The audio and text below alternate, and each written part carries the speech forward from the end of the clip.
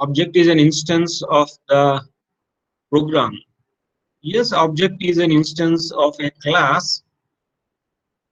So object is an instance of a class. Yes, well, then what is a class?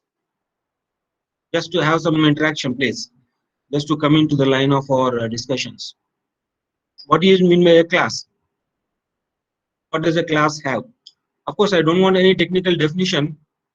Class is a blueprint to make objects. Very good. To create objects, class gives some kind of abstraction, the data abstraction where the real world entities or the real world objects do have certain characteristics, do have certain properties, do have certain attributes.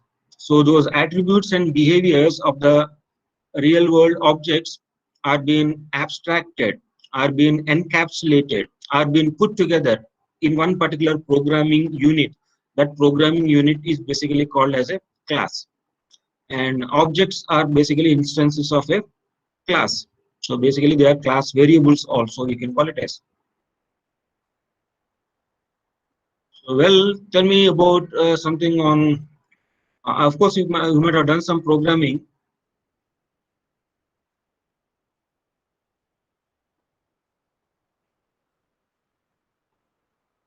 Yeah. So what programming exercises have you done in the last class or at least during the discussions? Yes, please. You remember I have asked you to do some exercises. Yeah, so we created a class student and we created some methods and we discussed about what is called, what is a constructor? You can please speak out, no problem. Please do not hesitate to speak. So what is a constructor? I will remember I have discussed about a It constructor. is Yeah, used to initialize the values of the object. for the objects. Yes, Yes, basically constructor is nothing but a method which is having same name as that of the class. Class name yes, and a sir. method. Yeah, class name. You need to talk like this. You need to speak out like this. So just don't be very casual. So please have an habit of giving the answers very, at least to the maximum extent formally. So that that kind of if you are going in a different mode of answering, that becomes a bad habit maybe. So better to avoid those kind of giving answers. So please uh, try to be formal, but not so technically, but at least to a formal extent. So a constructor is basically a method, uh, in other words, a function which is having the same name as that of the class, and that method will be helpful to initialize some of the data members of the particular entity when the object is getting instantiated, or when the object instantiation takes place. The object gets certain initial values which are being defined in the method, is having the same name as that of the class. So what is overloading? Overloading of methods. Overloading of methods. What do you mean by overloading? Overload. Sir, overloading means a function having two functions having the same name in a same class, but there will be a variation in the return type or the parameters.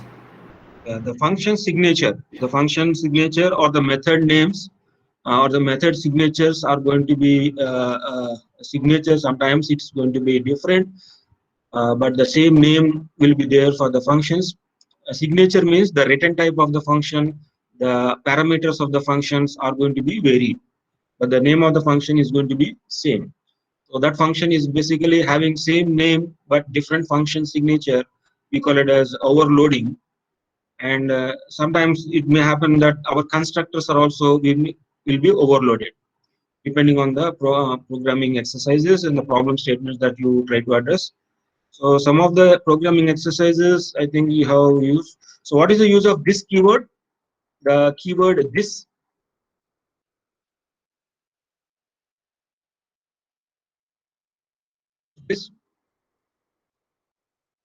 the word this or the keyword this always refer to the current object that is in execution. So here we have discussed about the word this. This is referring to a particular keyword, and it is referring to an object when it gets instantiated, or this to the constructor object it gets instantiated is going to refer to that. So these are the programming exercises. We created a small classes and we initialized objects with different parameters and so on and executed. I hope you have executed these programs. At least you had your have you done your practice?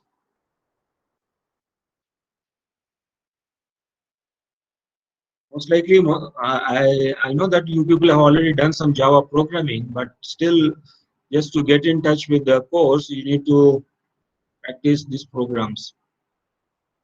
Well, yes, let me. If you're not having any queries at this moment, then I can move. I move forward. So I already put some material on the course page: Java inheritance, packages and interfaces, exception handling, and multi-threading. So let me just go through these contents, and we'll have a discussion on this and see how best you can understand and try to use these features in the later parts of the programming. So Java supports one of the important feature called inheritance. Inheritance is something like you are going to make use of, or it is like a easy type of particular object, an object which is trying to inherit some properties of another object or properties of another class. Need not be properties, even the behavior. So to be quickly recap, a class contains uh, data members. The data members can be basically variables, those variables which are representing the properties or the attributes of an object, and followed by the methods. Methods means the behaviors. Behavior of the object is defined in the form of a method in the class definition. So these class can be whatever the members of the class, those class members can be inherited. Inherited means it can be derived. Derived means it can be taken into another class. So something like this. Uh, Let me just open the material.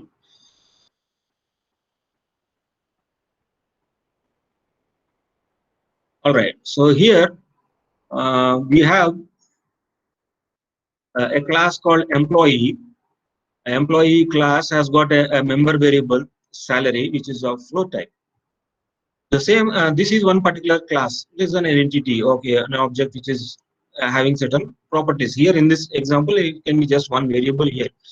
Now, this particular class, it is being inherited with another class called programmer. Programmer inherits the properties of employee class. So if you see the arrow mark, it is pointing to this particular class. It means whatever the employee class has got, that information, the data members, the variables and the methods are being inherited, can be taken into consideration in the sense that this programmer class derives whatever this particular employee class has as its members. So this programmer class has got a variable bonus, of course, and in addition to this bonus, this programmer also can uh, manage and manipulate these particular salary variables which are being derived into this particular programmer abstraction.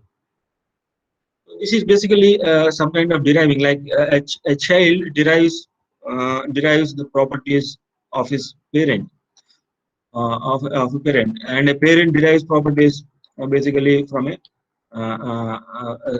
super parent or something like that. You know, if you look into the hierarchy means different levels.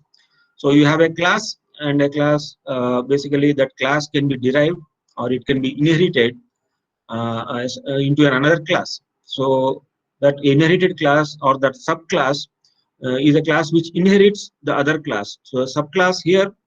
So here in this example, the programmer is the subclass and the employee is the class itself. So the subclass inherits the properties of the class employee. So like this, there can be a superclass or a parent class. A superclass is a class from where a subclass inherits the features. Basically, the subclass inheriting the parent class information. So the advantage of having inheritance is basically reusability. Please remember reusability. This is the buzz term for you need to understand. So here you are reusing the methods, uh, whatever the methods are there. So these methods and the fields or the properties or the variables as a data members, so they can be need not be defined in this class. You can just reuse them. You can just invoke them. You can just derive them from another class. So here a class subclass extends a superclass. Here the meaning you need to understand the keyword called extends. So extends is the keyword when you are going to define a class with its members and methods. And if you suppose you use the extends keyword, this extends keyword is nothing but it is narrating the property, the characteristics, that is the inheritance characteristics. So these inheritance characteristics are going to be derived onto a subclass from the parent class or from a superclass here. So, in order to inherit those properties, we use the keyword called extends. Reusability is the important term that you need to look for, and the Java provides this reusability. Apart from reusability, you also have something called method overriding. So method overriding means the method name is going to be the same, but the definition of the method is going to be different. So when you reuse the code into the subclass may try to override the definition of the superclass method.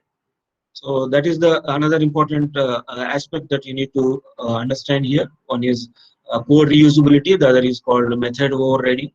And basically this method overriding is called as a runtime polymorphism. Poly means many, morphism is forms, many forms.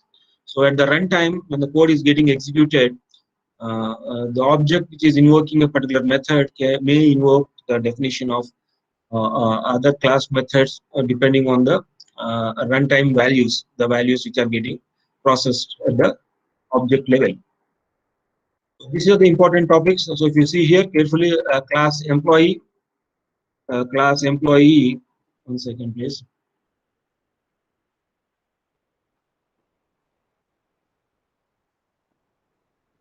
So this is the class employee. You have just in this class employee, you have one data member that is the salary. Of course, you initialize the value salary for this class member employee. So you have another class here, a programmer. So this programmer extends employee. So programmer class is a subclass which is extending the members of this employee class. The members here basically your salary.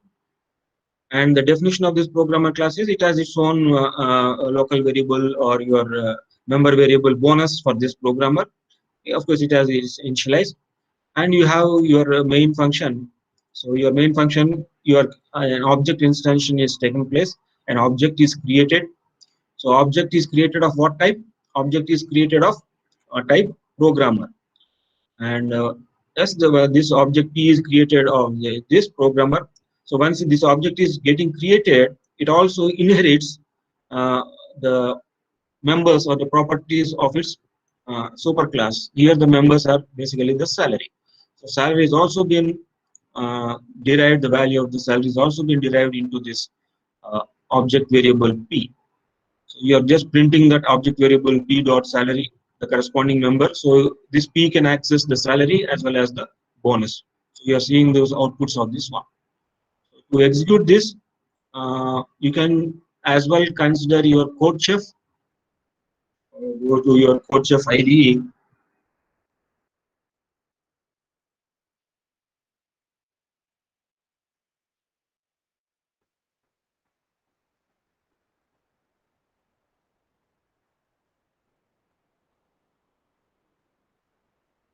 Select the compiler. Java. You can just try to understand the logic, whatever you have given the examples, you can understand it and paste them here. Just avoid the time.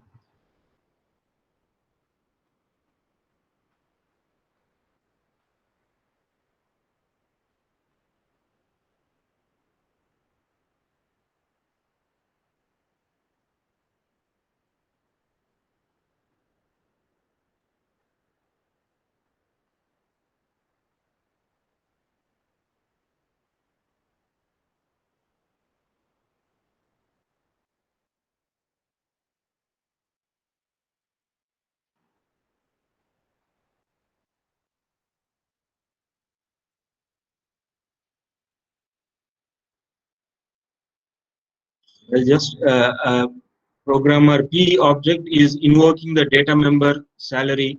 Basically, that data member salary is belonging to the parent class employee, and it's also giving. It is also taking the value of the bonus and is trying to print out. So you can see the output.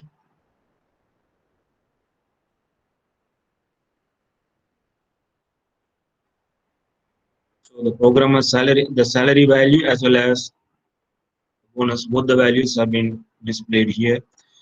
Similarly, this is what your inheritance is. So there are different types of inheritance that Java supports. Basically, when one class is deriving the properties or using the properties of class A, this is basically called as a single inheritance. The term single inheritance, just only one class is deriving the properties from another class. Similarly, if you are going to have a multi-level, so your class C is derived from B and B itself is derived from class A. So it is basically a multi-level inheritance, and you can have hierarchical inheritance here, where both class B and class C are deriving the properties from class A. It is just a hierarchical way here. And of course, the very important thing here is this is a multiple inheritance. Please do remember, Java does not support multiple. Multiple means a class which is inheriting properties from both the classes, class A and as well as class B. So this type of inheritance, Java does not support directly, but indirectly it has support through another feature. So that we will see what is that feature is in a short while. So, but remember, directly this multiple inheritance is not supported by Java, whereas C++ programming, which is a pure object-oriented programming, it supports multiple inheritance, but Java does not support. Uh, okay, let me just, okay, I'll get back to the question in later stage. So if you see, there is a hybrid inheritance also, where you have the hierarchical as well as what, please? Class A, the superclass for class B, class C, whereas class D is also inherits properties from class B and class C, which is a hybrid. So hybrid is a combination of what? Multi-level and Yes, multi-level. Yes, you can see here this is a multi-level is there, and as well as the hierarchical. Both the things is a combination hybrid unit. So let us see some small examples here. Single inheritance. So single inheritance, please remember, inheritance itself is the a property, in other terms, the characteristics of the object-oriented programming, and this is the feature can be exhibited, can be implemented, can be invoked using the keyword extends. So you have a class animal. In the animal class, we have a method eat. Obviously, the behavior, one of the behavior of those animals, you have the eat function. So, and of course, a dog is a type of animal, obviously. But this dog extends animal. Why? Because it is a programmatic representation.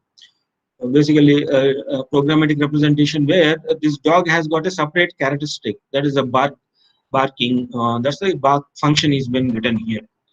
So here this bark function, and of course, when you are extending, it is just a single inheritance. And of course, these are the two classes, and the third class is where you are written the main function. You have created one object of type dog. So D is an object of type dog, and this dog a D object, in other terms, class variable or type variable, is invoking, is requesting for the property of the bark. Yes, when it is requested this method, obviously the logic in this function, this particular set of statements will be executed, followed by d dot eat. As well, you are going to derive the eat function, or derive means use this particular uh, function method into this particular class also, and you are going to execute this. This is a single inheritance. So you can just type this one, and you can see the outputs. Multi-level, you have seen this multi-level one is a nested kind of hierarchy. Class animal, then dog extends the animal, then baby dog extends the dog. A subclass and a sub-subclass. So here you are going to a subclass levels at level 2 multi-level. That's why you call it as a multi-level. And you can create an object of type baby dog, and you can as well, the baby dog can be bark and as well as eat. So you can invoke all those methods. So and each method is specifically to that particular class characteristics only. Similarly, hierarchical inheritance. You can see the hierarchical inheritance. Dog extends the animal as well as cat extends the animal. So here, basically, this is hierarchical. This is dog as well as cat, or whatever it may be. A class A can be simply an animal. So here, both this uh, dog and cat is two different class types. Basically, extending one particular class animal. So is basically a hierarchical inheritance is exhibited here.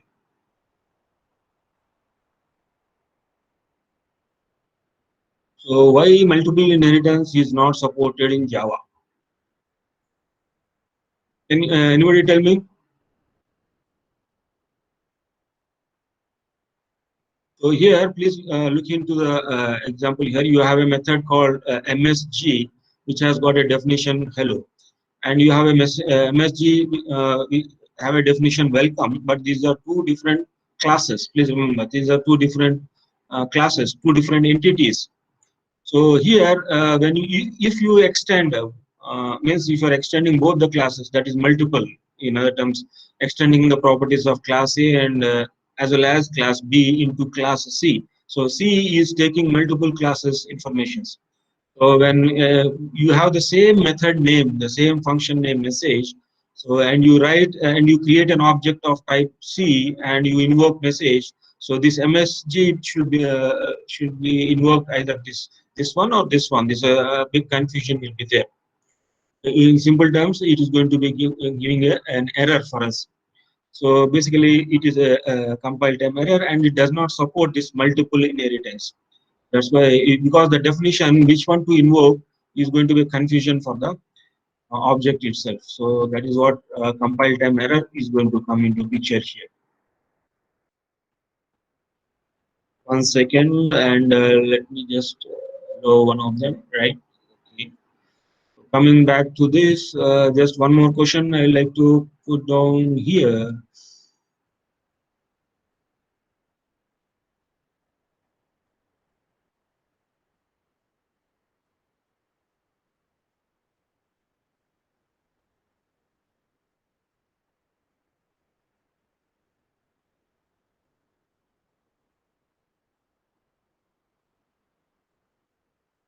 Can you have C dot bark here, please?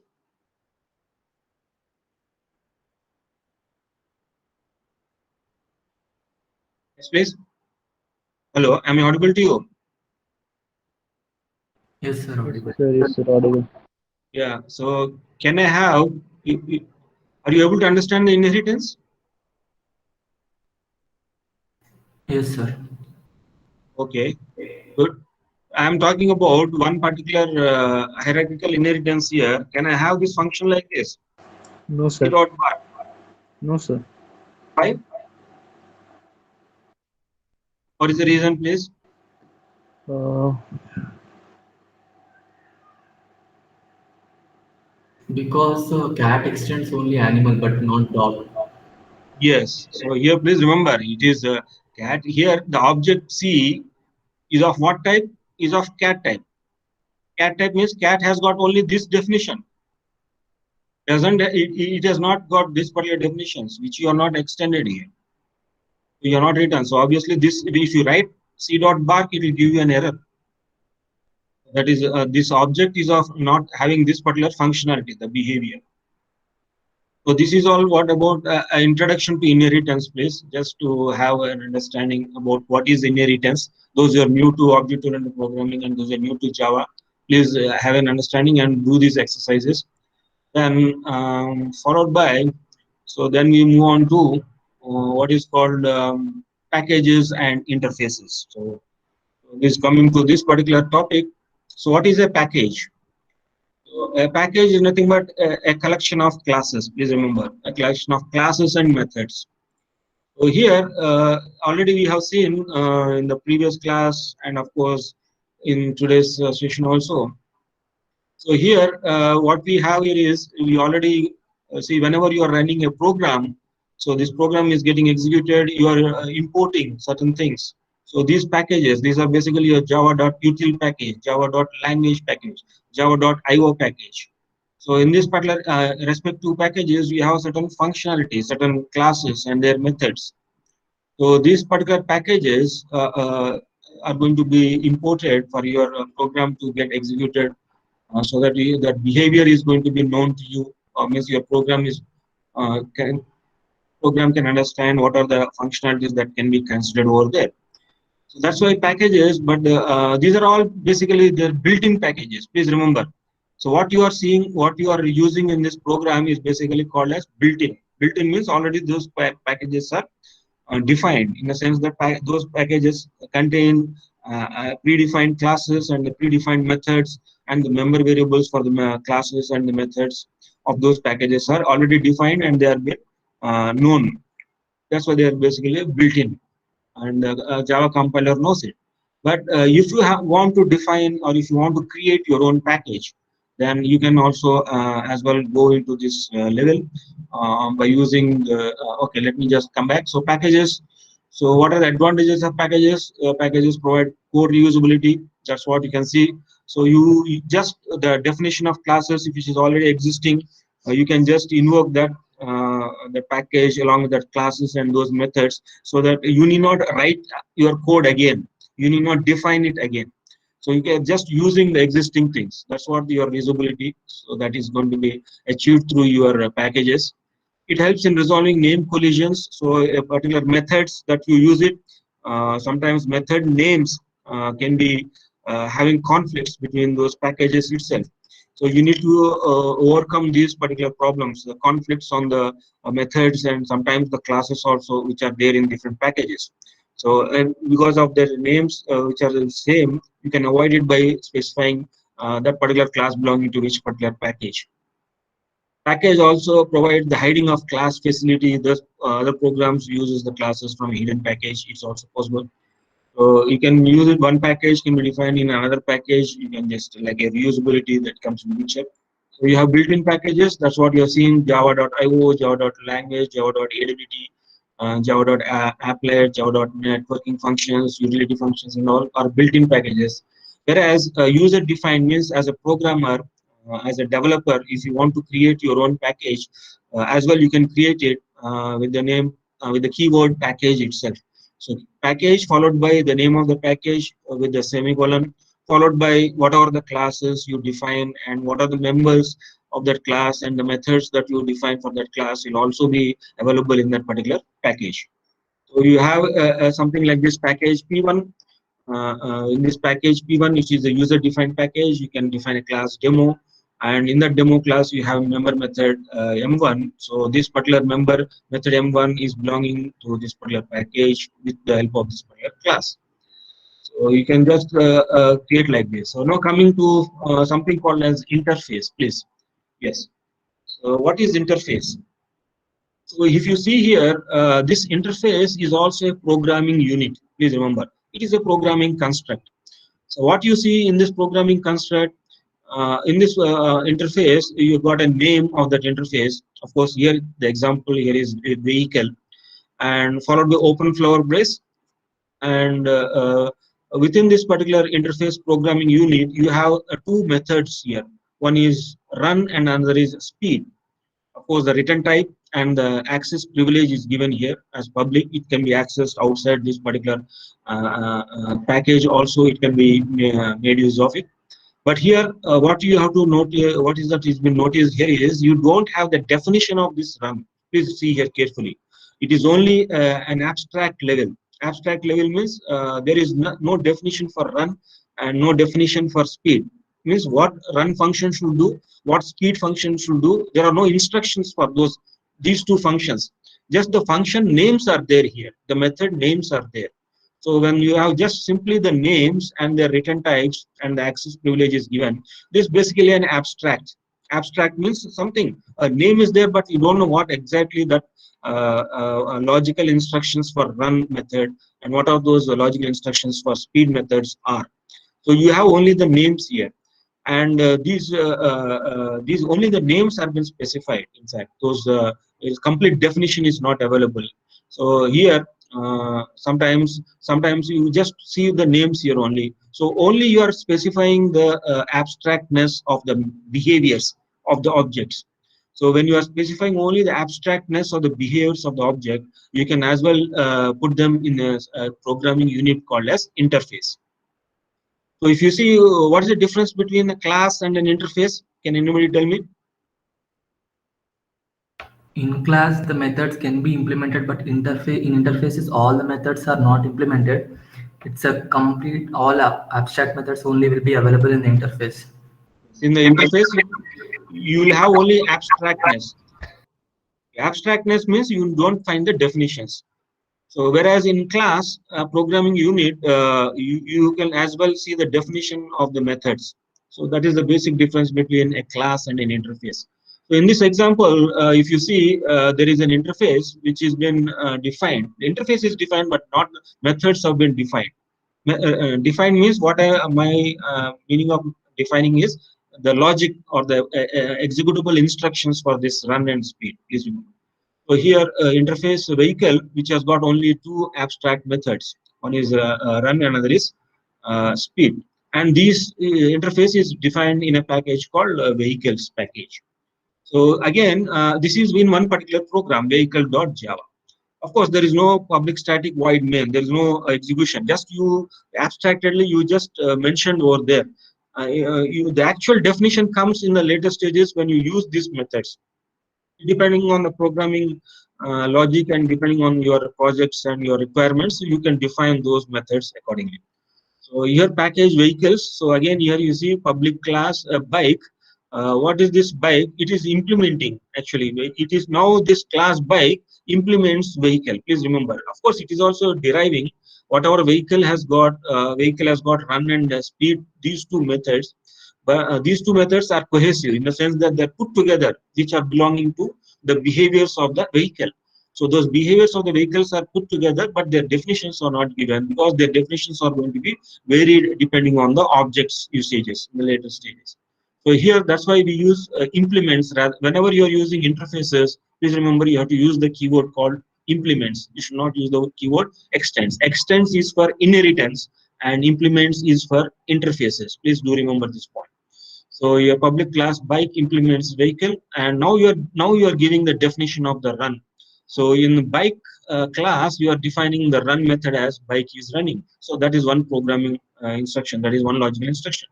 Similarly, you have public void speed. So the definition of speed is also given in the class bike, which is implementing vehicle. So maybe in another class, other class, something like a motor car. A motor car also can have a definition of run and a speed with a different logical instructions. Please remember. So here, you can as well run these particular methods like this. Bike object is created of type bike, and that object bike is now you can call it as implementation. You are going to call it as running, the method run and the speeds, and these corresponding instructions are going to be outputs. So in order to use this one, please remember first you need to compile using the Java C compiler vehicle.java, so that when you compile .java file, what is the output of the .java file? Compilation of the .java file. Yes, please. When you By compile, Class. yeah, when you compile .java file, you get a .class file. Please remember, .class file is going to be there. So again, the .class file is given to the JVM. What happens? The .class file is basically a bytecode. Please go through my last week's discussion. Please do not forget these important points. Compile time and the runtime. What is going to happen?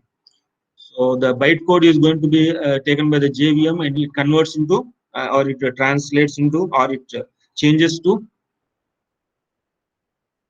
.class is changes to what? Hello.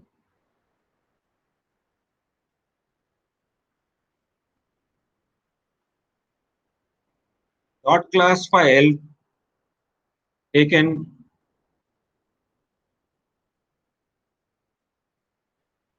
You're not referring to my notes at all. Huh? What happened, Baba? Very small. Am I audible to you? Hello? Yes, sir. But Audible, audible. So dot class file given as an input to the JVM. Assembly code, sir. Machine language. This not assembly code. It's basically a machine Machine understandable code. code. Machine code you have to say. Don't say assembly code. Assembly code has got a different meaning. Actually. Okay. See, of course, our syllabus is a little bit vast. That's why I'm going a little bit fast. So I hope you are able to cope up with this speed. Yes, packages, and yes, you have seen the. You can import these packages, and you already seen the scanner class in the last week discussion. What is the use of this scanner class? Taking inputs. Yeah, taking inputs from the standard keyboard. That is your standard input device. That is your keyboard. So you are getting the inputs from your standard input device. That is your keyboard. So this scanner class is present in each particular package. The package is utility package. So you can either specify dot scanner by explicitly mentioning about what classes you are going to use it in your program, or you can just say dot star, and automatically your JDK will take care of the corresponding things. So here's the same way the interface followed by the interface names. You have seen some more examples are given for the interface concept. So implementing the interfaces, please go through these examples and you understand very clearly. And again, now one important topic is there something called as an abstract class and an interface. The differences between abstract class and an interface. So abstract classes cannot support multiple inheritance, but through interfaces you can support your multiple inheritance concept.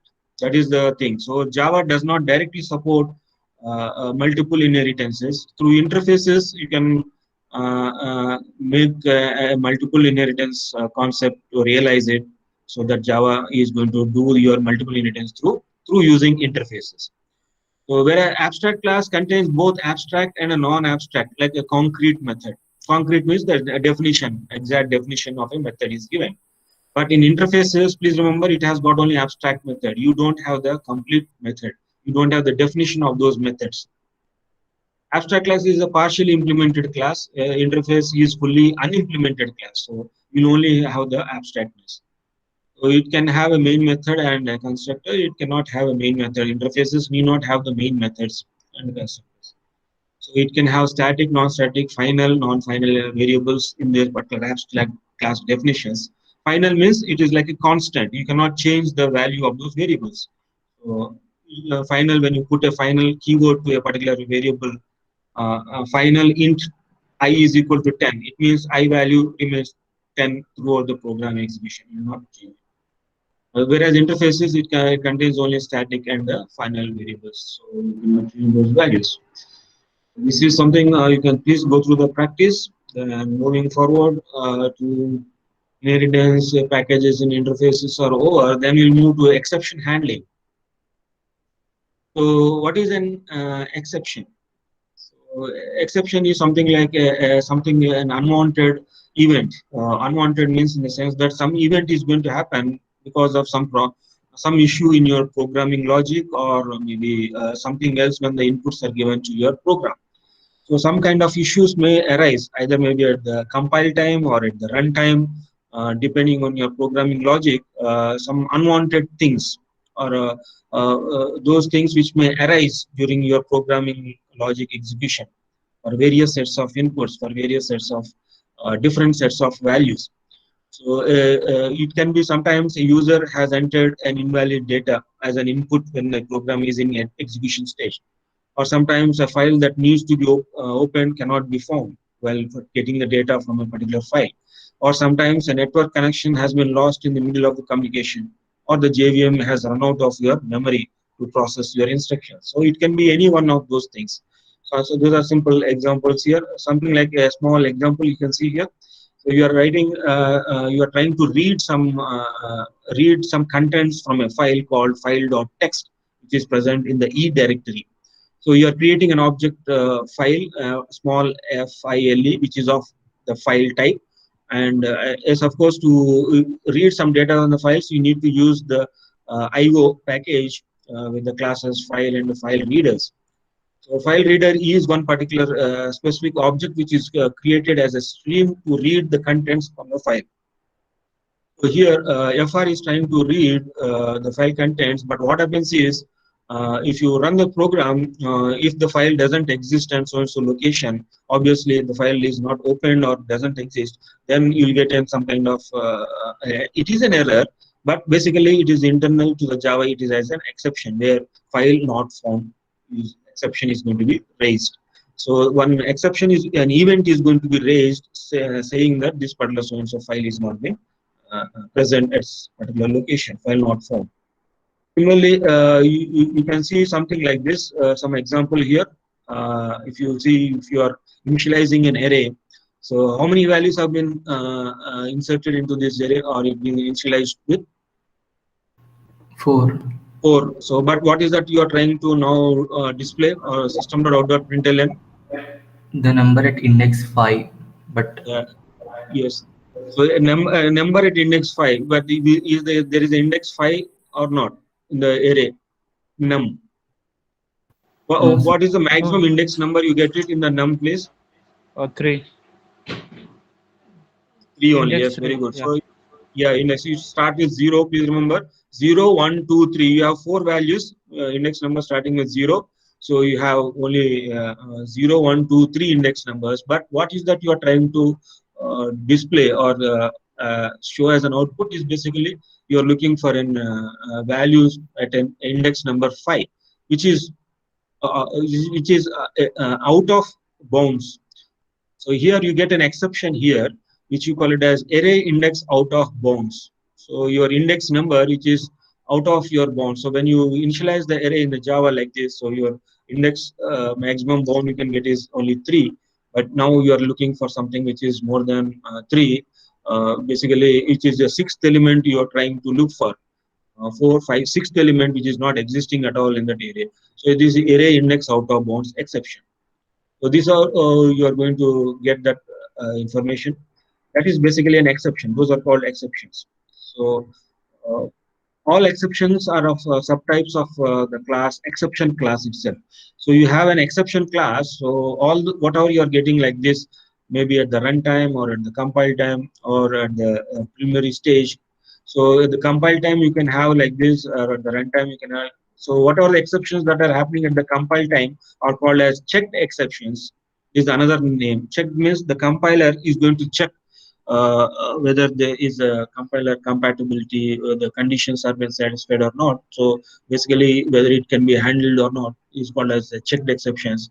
And whatever it is happening at the runtime, is basically unchecked. They are called as unchecked exceptions, because obviously compiler is not going to check, and it's going to happen only during the runtime for a different set of causes, for a different set of reasons.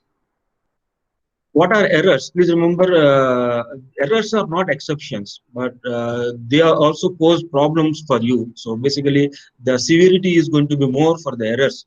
So whereas exceptions, these are the things which is unwanted things that may arise only because of some the logical issues or your programming or your memory constraints or something like that. So basically, errors are different and exceptions are different. For you to understand, please make a note here that errors are something which is different and exceptions are different. So problems that arise beyond the control of the user or the programmer are basically the errors. Whereas the programmer and the control of the program can also be maintained through the exceptions. You can control the exceptions that may raise during the programming execution from the programmer's perspective. That's why exceptions can be controllable, can be manageable, can be made use of. The exceptions can, if even exceptions raises, still the program can be continued in the execution stage. But the errors, once the errors comes, the program cannot further continue its execution for a different set of inputs. Those are the difference between errors and exceptions. So here, the Java language is the top hierarchy. If you see an object is created with the Java language, and these objects can throw either it can throwable as an errors or it can throwable as an exception. These exceptions, which we are just discussed now, it can be runtime exceptions or it can be your compile time exceptions. How do you handle these exceptions if at all the exceptions raises either at the compile time or at the runtime? So usually Java has a feature called try catch block. So this try catch block are basically the keywords try and catch. So these using these two keywords try and catch. So you can see the syntax here. Try you are going to try some executions here. Programming logic executions are going to be performed here. So during that programming logic execution, if something is events are generated, those events or those things are being catched here using the catch keyword. And of course, as a programmer, you foresee certain events that may raise because of different inputs or different logical conditions. So you have to not only catch that one, and you need to handle that event properly so that your program still continues its execution, maybe sometimes forever too. So when a program is continuously running, still the program should not stop because of some events that may raise that can be handled here.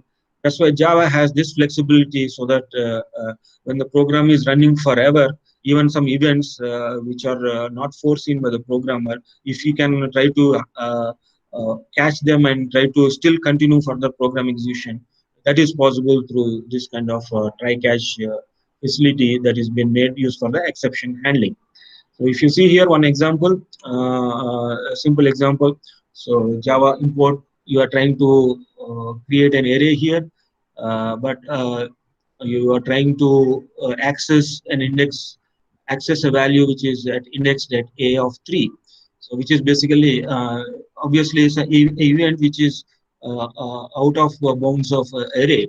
So basically that array index out of bounds exception, you are going to catch it and you can manage that. Of course, in this example here, just you are displaying what is that event. Basically, it is array index out of bound. That the same message you are going to display here.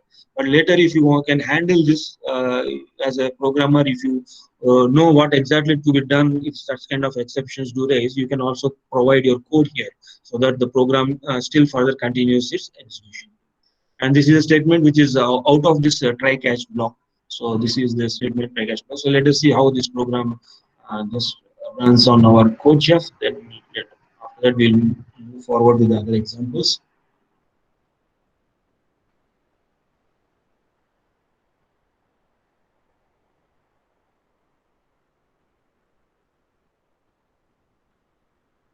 So I'm just running on the CodeChef. Those who do not have the SDK, is you can directly run these programs until today. But for the next week, please remember our programs will be on the JDBC database connectivity and JSP. We are going to start in the next Tuesday itself. So here, if possible, please try to install your JDK on the Eclipse platform and make your system ready for the next week's programs execution. Of course, you can. Some of them can be run on the online too, but those people who have got the provision to run or have the facility, then you can just make it ready so that we can do some exercises on that. So in this, I'm just executing this program, and if you can see the exceptions that are raised.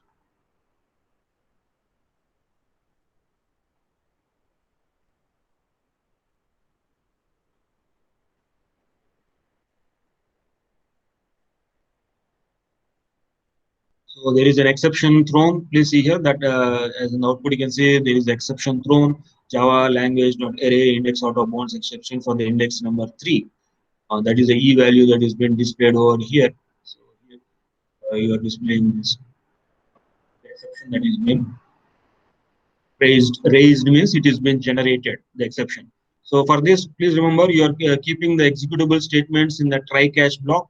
And so this is what the try, what are the executable statements are there, or all the logical statements, please put them in the try catch block so that you can handle those exceptions. That is a good way of having it. So please remember all programming exercises should have exception handling by default. Please remember.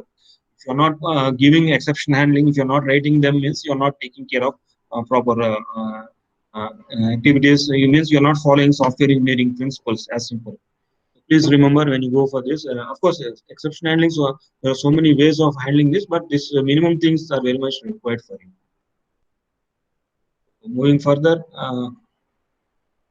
so multiple catch blocks, you can sometimes, if you are anticipating more different types of exceptions based on the logical conditions. So what are all the instructions are there? You can place it in the try block, and you can as well place multiple catch blocks, so that and on anticipating what type of events that may generate during over a period of time for the programming execution. All that exceptions can be easily caught and is can be handled accordingly based on your programming experience. So then you can use the multiple catch blocks too. That is now you have another keyword called throws and throw. There are two keywords here, throws and throw.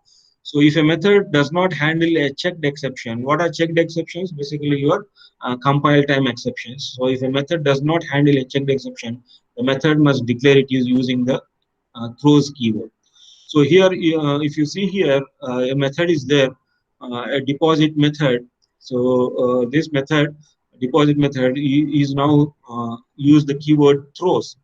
So throws some kind of remote exception. Sometimes the uh, uh, deposit money when a person is depositing the money. Uh, uh, some issues with the banking transaction. So you need to catch the exception under what abnormal conditions those exceptions have been raised. You need to keep track of those things so that you can handle them properly in the future transactions. Try to understand that is another keyword is the throw. You can throw an exception either a newly instantiated one or an exception that you just caught by using the throw. So there are two keywords for method. Please remember, for a checked exception for a method you use the word throws, whereas for if you are using for, an object which is getting instantiated, at that time you can use the keyword called throw. So during the object creation, you can use the throw keyword. Of course, the example, I think I missed that example for you in this exercise sheet. Anyway, we just try to put it in the next test, but make an understanding that throw is going to be used at the object instantiation, or an exception which is going to raise at the object's creation method function. Otherwise, the method can have a throws keyword. One second, please.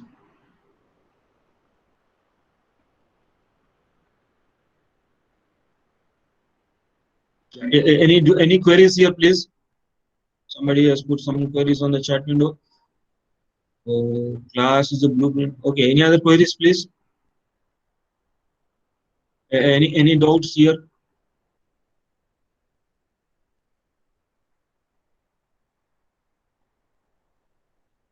So as far as the syllabus is concerned, see here, the introduction to Java programming language, features of Java, Java language basics, packages and interfaces, exception handling, and of course the database management. I will go through the next week onwards. I will include this JDBC along with the JSP. That's why I am just taken a little bit these concepts, exception handling, into the next week.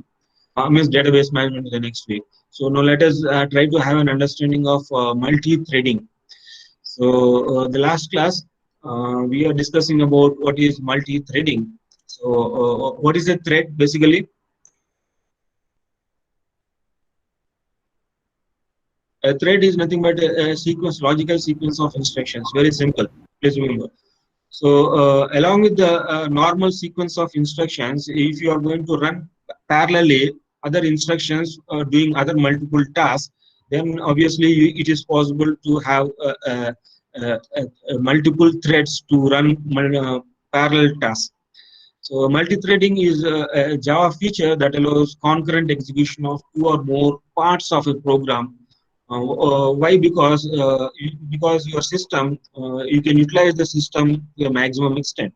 System utilization means you can utilize your CPU utilization, and if you are using some I/O functionalities, so you can do the things in parallel. The CPU processing as well as the I/O processing can happen in parallel if you are running very lengthy, long sets of inputs. So that is what the advantage here is. Java has got a feature called multi-threading, which allows the concurrent execution of two or more parts. Two means basically minimum two here. So two different tasks should be there. Then only your multi-threading feature can be appreciated in the sense that it can be understood very clearly. So that you can utilize the CPU, not only CPU, all the other resources can be utilized for if you're running multiple tasks very effectively. Each part of such program is basically a thread. Threads are nothing but, technically speaking, a lightweight processes within the process. So when your main program is getting executed, it is basically a process. So a program in execution is called as a process. So a program in execution means your main program. When your main program is getting executed, so it's basically a process itself. So that main program, during that particular process of execution of your main functions, instructions, you can as well run another parallel set of instructions parallelly. Parallel set of instructions means concurrent set of instructions for achieving some other task to be completed. So that is basically possible through threads. So if you are having threads concept in your program, then obviously your program is set to support a multi-threading concept. So threads can be created by using two mechanisms. Of course, Java provides, there are two ways of creating the threads and using them accordingly. So one way is to have the extending the thread class itself. So there is a predefined class called thread. You can use the thread class itself to create a multi-thread. You can create a thread class itself to create a multi-thread operations to run in parallel. And of course, this is one way. Extending the thread class itself is one way. The second way is implementing a runnable interface. So you know what is an interface? Interface, you definitely have only an abstract methods. You will not have the complete methods definition. So you can use this runnable interface, and as well you can create multiple threads. The first, let me just give you the first example here, extending the thread class itself. So we are using the thread class, which is present in the java.language package. And this, there are already, when you're using this thread class, please remember there are the predefined methods of this thread class. So this thread class has got some behaviors. Those methods, those function behaviors have been given here. So this class, basically the thread class has got a method, one method called as run method. So you are going to override this run method. Means the existing run method's definition, you are going to override it with your own function, your own functionality of run process. So a thread begins its life inside the run method. Please remember, it's always your thread starts its execution from the run method. We create an object of our new class and call start. So usually the start process will implies that the thread starts its execution. This thread, the new thread which you created, the object which created the object which is instantiated to a particular class can invoke the start method. It implies that it is starting a multiple task, and a task which is in parallel to the normal execution of your main method. So this is what we create an object of a new class and call start method to start execution of the thread. So start invokes the run method on the thread object that you created. So this is one method. So here we have this multi-threading demo. This is your user-defined class, which is extending, which is inheriting the thread class itself. So when you inherit the thread class, you can override this method called run.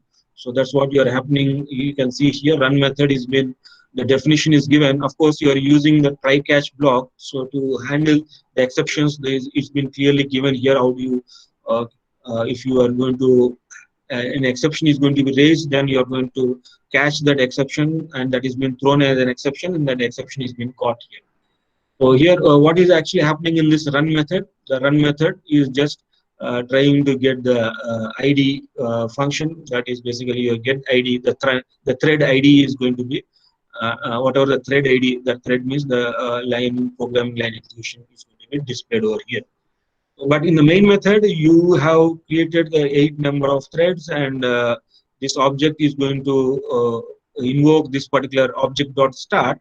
So when the object.start is initiated, this particular get IDs are going to run in addition to this functionality that you define in the main function.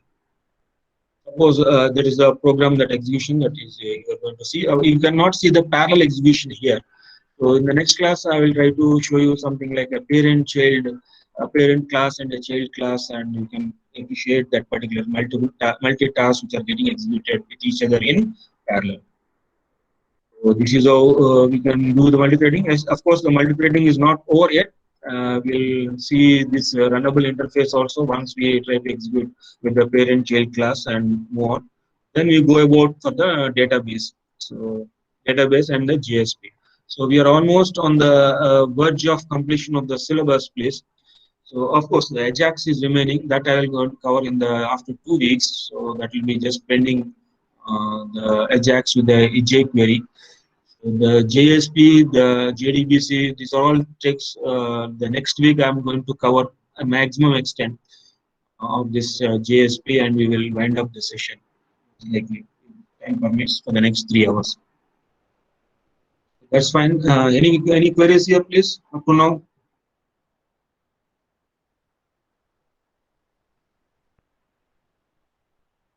Sir, what are the database we will be using for JSP? I mean with JSP. JDBC for MySQL, we will try to use it most likely because MySQL, most of the applications do run on that MySQL. You can just install the MySQL connector, please.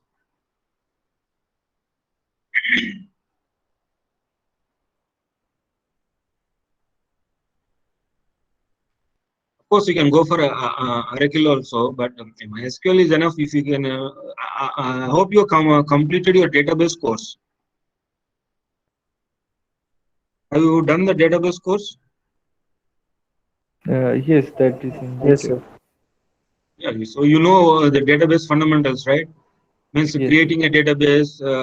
You know what is the DDL, DML, DCL commands? Yes. Yes, sir. Oh, I have to just brush up. Sorry. We have to just brush up that. Okay. No, I will just give you some brush up only. See, again, if you go thoroughly and in depth, database itself will take another 1 semester course. If you start practicing each and every command for one day. But anyway, I'll just create a database and how to insert records into the database and how do you select the data values from the tables and that's basically from your database. And No, those are, I think, we are familiar with. We have those things in the gate. Mainly those DDL, creating user, giving user permission. Those things we have to see. I don't know. Almost forgot. yeah, but see, when you write in the JSP, so you need to have a prepared statement to implement those set of SQL statements. Our focus will be on how do you use JSP, the servlets, to interact with your database. That's what our syllabus prescribes here. Because today anyway, already we have reached to 4:40. So it will take at least 2 to 3 hours for the demonstration. That's why I just kept it aside. Any other queries, please let me know.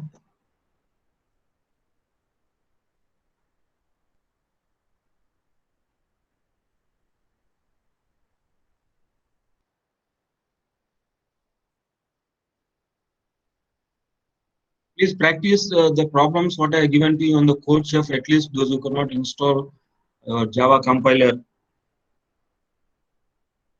Please, this will be very handy for you to, unless until you don't practice it. Of course, because I'm just rushing. Otherwise, please do practice. Of course, I'm not insisting you for submission of any assignments and all. You see how much content is there in the unit number 5. Unit number 5 itself will take 5 to 6 weeks. Java itself will take complete ESC multi-thread, including this up to here. This Java itself will take at least 5 to 6 hours. It means 2 weeks, minimum 2 weeks of time. Followed by the JDBC at least for another 2 hours, 2 to 2 hours. Then followed by servlets and how the JSP and how your web pages can invoke your GSP strings. So this itself will take, yes, minimum of This 4 to 5 weeks. module, I think this module, I think 2 semester course in BTech.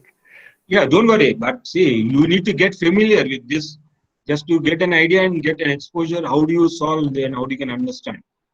Later, you can build up your own ladder, depending on. But if you have a little bit knowledge, that is sufficient for you. That's what it's a very big unit. In fact, unit number 5. That's what. So last week only we started.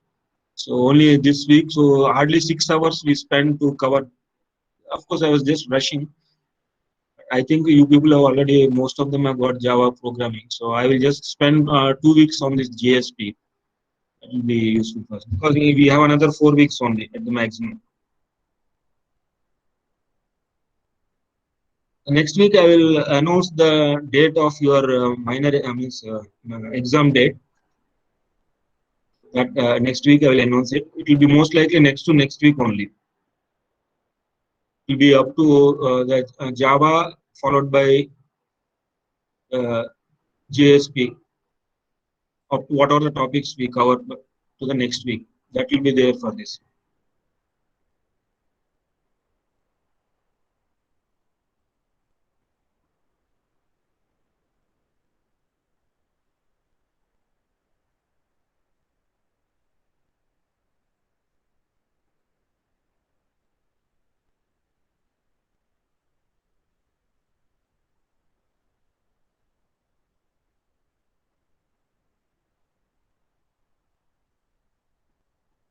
Please let me know any queries are there. Just another 10 minutes time is there.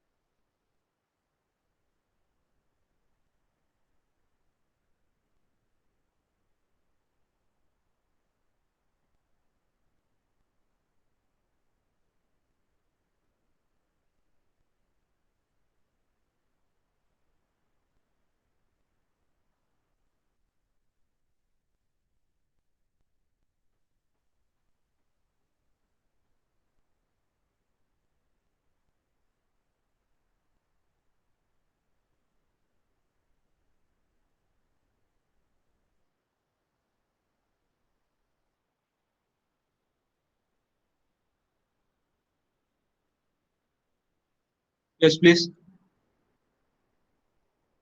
No doubts. Really?